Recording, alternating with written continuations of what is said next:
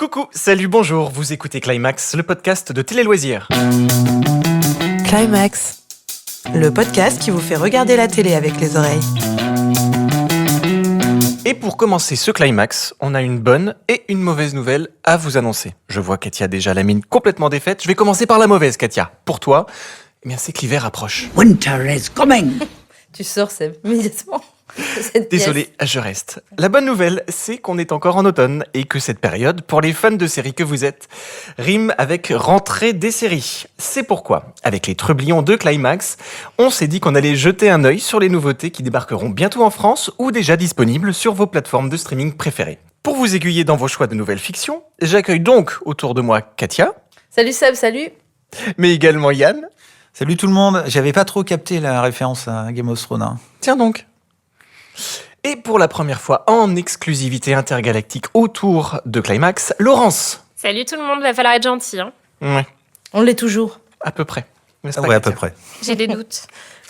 Allez, on rentre directement dans le vif du sujet en s'intéressant à The Mandalorian, la première série live dérivée de l'univers de Star Wars, tout juste débarquée en Amérique du Nord sur Disney+.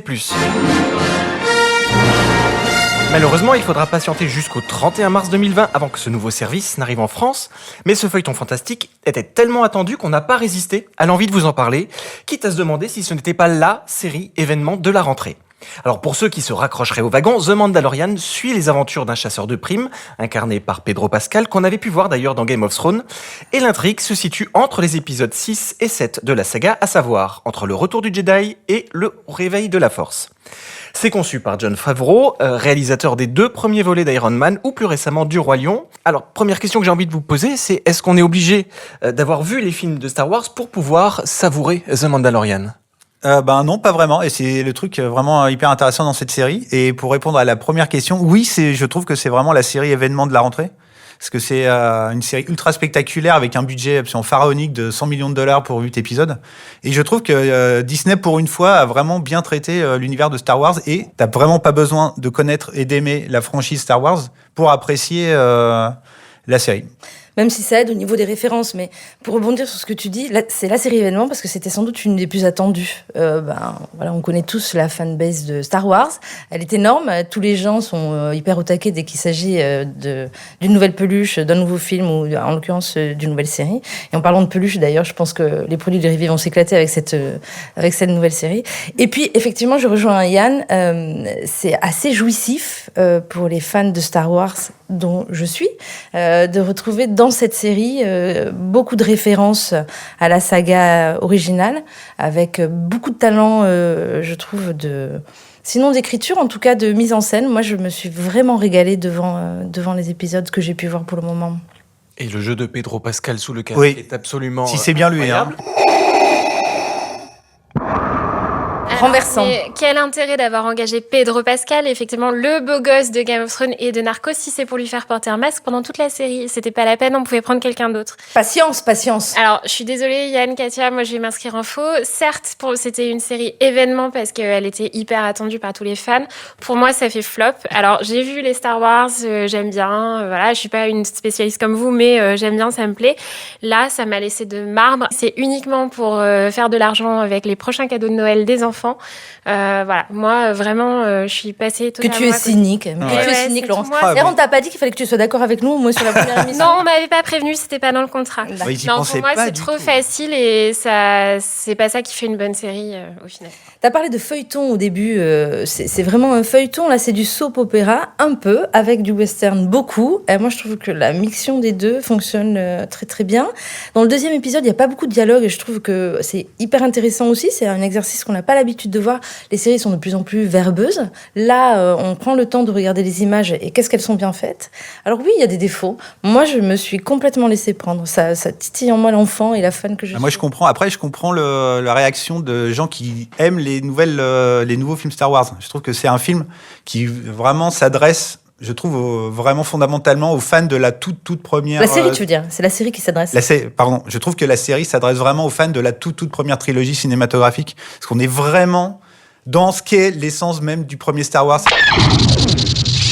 C'est-à-dire un western dans l'espace, mélange de space opéra, truc un peu crado. Et là, on est vraiment dans des références de western spaghetti à la Sergio Leone. La scène d'ouverture du premier épisode dans le bar intergalactique, c'est l'intro de « Et pour quelques dollars de plus » de Sergio Leone. Le Mandalorian, c'est Clint Eastwood. Enfin, tu vois, le chasseur de primes sans nom. Il y a plein de références à ça. Le gunfight à la fin du premier épisode, c'est la horde sauvage.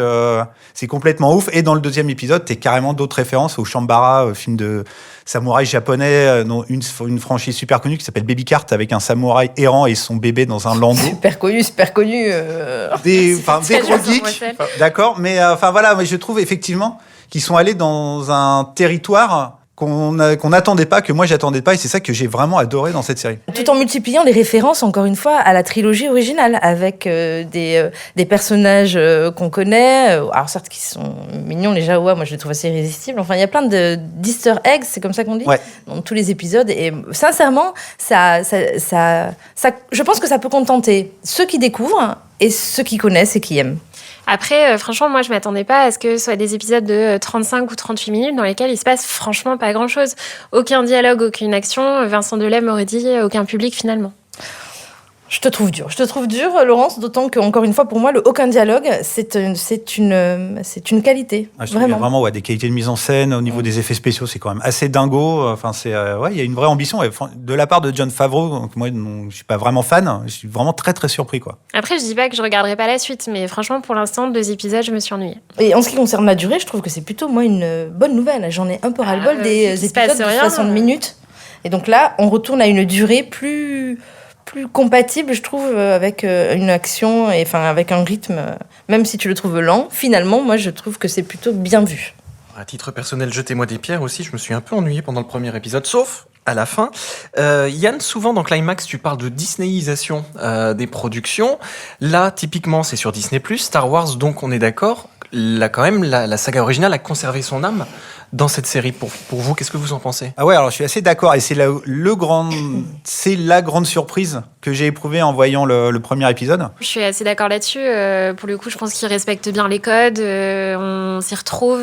C'est pas... ils en font pas trop non plus. Ça respecte la saga, l'univers. Les fans retrouvent ce qu'ils aiment. Et plus, effectivement, on peut faire émerger tout un tas de nouvelles théories. Donc oui, là-dessus, c'est réussi. Je ne sais pas ce que vous entendez par Disneyisation. En tout cas, effectivement, Disney, c'est des vrais... comment on peut dire ça ? C'est une usine à pondre des succès. C'est quand même des gens qui connaissent leur métier, qui connaissent aussi le marché.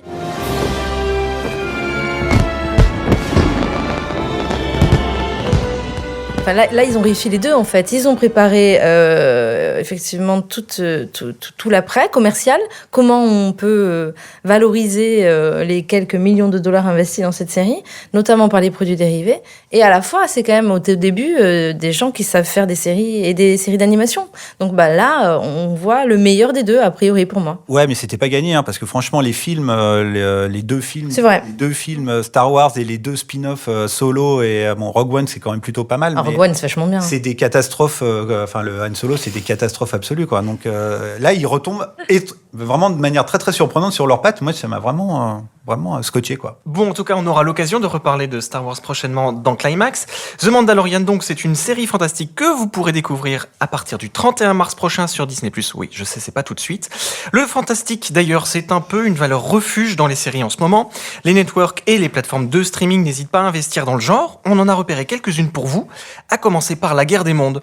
Le livre de Herbert George Wells est d'ailleurs doublement à l'honneur en cette rentrée avec une version coproduite par Fox et Canal+, d'ailleurs déjà disponible sur MyCanal, et une autre version qui est produite par la BBC et TF1. En quoi elles sont différentes toutes les deux, Yann ? Alors déjà, la Guerre des Mondes version Fox Canal+, c'est une version modernisée du roman de H.G. Wells et une adaptation très très très très très très très très libre. En gros, ils ont gardé que le titre. Ça raconte, la version Canal, ça raconte une invasion extraterrestre. Et c'est l'histoire de personnages qui essayent de survivre à l'anéantissement de l'humanité par une espèce d'onde sonore télépathico-bidule qui permet à la série de ne pas aller dans le spectaculaire et de rester vraiment sur ses personnages, parce que c'est aussi un peu un défaut de la série de ne pas avoir trop de thunes. Et alors que la série anglaise est beaucoup plus respectueuse du roman original avec, on voit les tripodes et compagnie. Et ça se passe à l'ère victorienne. En fait, d'abord, il y a un changement d'époque, effectivement, contemporain d'un côté et victorien de l'autre. Et puis, oui, il y a une vision totalement différente du roman, quoi. Une vision intimiste d'un côté, une vision un peu plus respectueuse, je sais pas, mais en tout cas, oui, plus spectaculaire sans doute. De l'autre, il y a plus d'argent du côté de la BBC. Mais sincèrement, moi, j'aime bien la version française. Moi, j'ai trouvé que les deux étaient très réussis, mais dans des styles vraiment très différents. Effectivement, on regarde pas pour les mêmes raisons. La version de la BBC, c'est une version très esthétique. C'est une série historique aussi, hyper gros budget, très bien joué, une très belle mise en scène. Et quand on découvre celle de Canal et la Fox, on passe dans un univers totalement différent qui nous parle peut-être un peu plus parce qu'effectivement ça se passe aujourd'hui, on pourrait être tous concernés, ça pourrait être nous demain, on n'en sait rien. Par contre moi, y a un truc qui m'a gêné dans cette version, beaucoup de personnages, donc avec du coup des intrigues, de multiples intrigues qui s'entrecroisent, et c'est vrai que voilà, ils auraient peut-être pu en enlever 20 ou deux, ouais, ça aurait perd, pas. moi je trouve effectivement qu'on se perd vraiment dans toutes les arcs narratifs, dans la série Canal, il y a vraiment trop de personnages. Et le rythme est vraiment mou et c'est pas assez. Moi, je trouve qu'il manque un côté spectaculaire. En fait, la vraie menace, c'est des espèces d'Oberman biomécaniques, qui servent. En fait, t'as l'impression qu'ils sont là pour servir les scénaristes plus que l'intrigue, parce qu'il y a des fois, ils sont complètement invincibles, ils tuent tout le monde en 30 secondes, et après, t'as une petite mamie avec un flingue, elle le tue alors qu'il est en train de tuer quelqu'un d'autre, quoi. Je trouve qu'il y a une facilité quelque part de scénario qui me gêne un peu. Et alors, le climax de la série, le 8e épisode, waouh, c'est limite Z, hein. Alors moi, je l'ai pas vu, j'ai pas vu jusqu'à la fin, j'ai vu que les 3 premiers épisodes, et je trouve qu'au contraire, moi, cette atmosphère un peu moins spectaculaire que la version anglaise, je la trouve plus prenante. Moi, je trouve ça plus angoissant, plus efficace. Et après, quand même, ils se sont permis 2-3 trucs qu'on a rarement vus dans des séries françaises. Enfin, notamment dans le traitement quelles sont les victimes des extraterrestres. Enfin, je veux dire, ils font pas de cadeaux pour personne, jusqu'à tuer une enfant auquel les téléspectateurs s'étaient attachés. On voit rarement ça quand même dans une série, moi je trouve. Moi, il y a un truc dans la mise en scène qui m'a rappelé un petit peu Les Revenants, peut-être. Oui, c'est vrai. Katia, notamment le premier épisode. La montagne aussi, déjà. La montagne, le côté un peu intriguant, etc. Moins sur le côté fantastique, surnaturel des Revenants, mais il y a un truc qui ressemble un peu, je trouvais. C'est vrai. Est-ce qu'on sait quand la version de TF1, en tout cas, arrivera en France ? Non. Pas pour l'instant. Pas d'information pour l'instant. On évoque maintenant His Dark Materials, à la croisée des mondes, produit par HBO et diffusé en France par OCS. De quoi ça parle, Laurence ? Alors, His Dark Materials, c'est ce qu'on connaît en français sous le titre de À la croisée des mondes, donc l'adaptation de la trilogie à succès de Philippe Pullman qui avait été publiée à la fin des années 90. Et en gros, c'est un roman d'aventure dans lequel 2 adolescents, notamment, découvrent des mondes parallèles. Alors ça se complique, on peut pas résumer ça en 2 phrases, mais c'est de l'aventure, c'est du fantastique, des adolescents, des personnages d'adultes aussi. Au casting, on retrouve Ruth Wilson qu'on avait vu notamment dans Luther ou The Affair, James McAvoy qu'on a vu beaucoup dans notamment la saga X-Men, et la gamine, la petite Daphne Keane qu'on a vu dans Logan. Pour moi, c'était une des séries événements de la rentrée, très attendue parce que la trilogie avait été très vendue.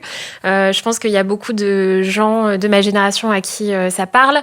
Dans un autre registre. C'est quoi ta génération, Laurence ? La génération des très jeunes, non, les trentenaires. Non, mais voilà, La Croisée des Mondes, c'était très attendu, au même titre qu'on attend ensuite l'adaptation du Seigneur des Anneaux sur Amazon. Pour moi, c'est très réussi, ce qu'on a vu jusqu'à présent. C'est diffusé sur OCS, pardon. Donc, en France, au rythme d'un épisode par semaine. Très réussi, beaucoup plus que le film qui était sorti en 2007 avec Daniel Craig et Nicole Kidman, qui avait fait un flop à tel point que sur les 3 tomes, il y en a eu un seul d'adapté. Il était très mauvais, extrêmement mauvais. C'était vraiment pas bon. Moi, je l'aime bien le film. Mais moi, je connais pas les livres, mais je trouve visuellement, je trouvais super. Là, dans la série, on retrouve l'esprit des romans, avec cette grande aventure épique. Les moyens sont là parce que c'est du HBO, chaîne américaine qui produisait Game of Thrones. Donc, en termes de moyens et de savoir-faire, ils s'y connaissent. Et voilà, les héros nous embarquent avec eux à l'aventure. Un petit bémol peut-être pour la jeune fille Daphne Keane qui joue l'héroïne Lyra. Dans mon esprit d'enfant, quand j'ai lu les livres, je l'imaginais pas forcément comme ça. Je l'imaginais un peu plus douce, moins badass, comme dirait Yann. Là, elle est carrément badass, quoi. T'as l'impression qu'elle sort de Logan et qu'elle va sortir les griffes et qu'elle va latter tout le monde. Après, moi, le succès de La Croisée des Mondes a été un peu éclipsé par le succès qui est venu juste après, qui est celui d'Harry Potter. Mais on se rend pas bien compte en France. La trilogie à La Croisée des Mondes, c'est un gros succès en Angleterre. Et pour cause, c'est vraiment un roman extrêmement très bien écrit, très fin, avec des références. L'auteur est un anticlérical, donc c'est une espèce de métaphore de la lutte contre l'intolérance religieuse, parce que effectivement, Lyra et son compagnon se battent contre une espèce d'organisation, il s'appelle le magistère, qui gouverne par l'ignorance. Enfin bon, voilà, il y a tout un tas de références qui sont très fines et puis voilà, qui ont parlé à des... moi, je trouve que le roman est extraordinaire et je trouve que la série, pour le coup, bien plus que le film, qui était pas très bon, elle a le potentiel pour aller creuser un peu plus là. Et puis surtout, c'est du fantastique, c'est du merveilleux, c'est les effets spéciaux valent ce qu'ils valent, mais on n'a pas parlé quand même des démons qui sont la trouvaille de Philippe Pullman, c'est-à-dire c'est des espèces d'animaux qui peuvent prendre plusieurs formes différentes et qui sont censés symboliser l'âme de l'être humain. En fait, chaque être humain a un démon. Très naïf, mais parce que ça s'inscrit dans un vrai voilà. Ouais, oui, c'est un roman jeunesse, bien sûr. Ouais, mais le seul problème que je peux avoir avec cette série, qui est quand même très bien foutue, c'est le plus gros budget de l'histoire de la BBC. Ils n'ont pas annoncé combien, mais c'est vraiment un budget faramineux aussi. Et je pense qu'ils ont mis toute la thune dans les démons, justement pour essayer de les rendre les plus réalistes possibles et qui tiennent la durée. Alors là, je suis pas d'accord. Mais moi, le truc qui me gêne vraiment dans la série, c'est que moi, je suis désolé, ça arrive après Harry Potter et je pense à Harry Potter tout le temps en voyant ça.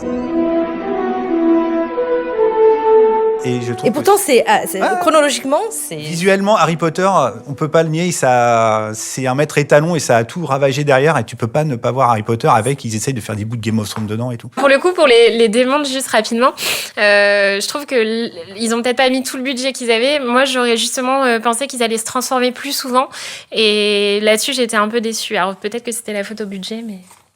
Enfin, Katia, la dernière série fantastique qu'on voulait évoquer dans Climax, c'est Watchmen.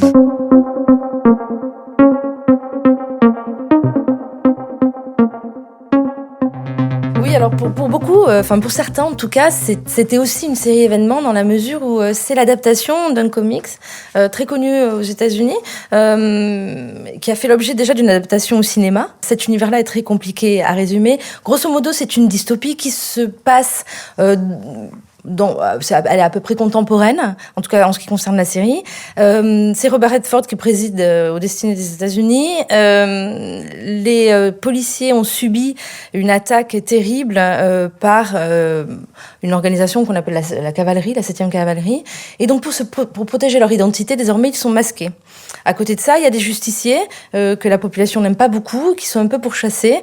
Et puis il y a des puissances transcendantales, dont le docteur Manhattan qui habite sur Mars, dont Adrian Veidt qui est un espèce de savant suprêmement intelligent qui est exilé dans une île, on ne sait pas trop où, avec des clones. Il y a une policière, Sister Knight, qui essaie de faire la justice à Tusla. Ça se passe en 2 époques différentes, la série en tout cas. C'est une espèce de mélange de tout ça. Moi, je trouve ça... Alors oui, c'est pas facile au départ quand on n'a pas tous les codes, mais même quand on les a pas, c'est une série qui en appelle à l'intelligence du téléspectateur. Mais je suis fascinée par cette série, vraiment. Et alors, je pense que de toutes celles dont on vient parler, c'est celle que je préfère aujourd'hui, ouais.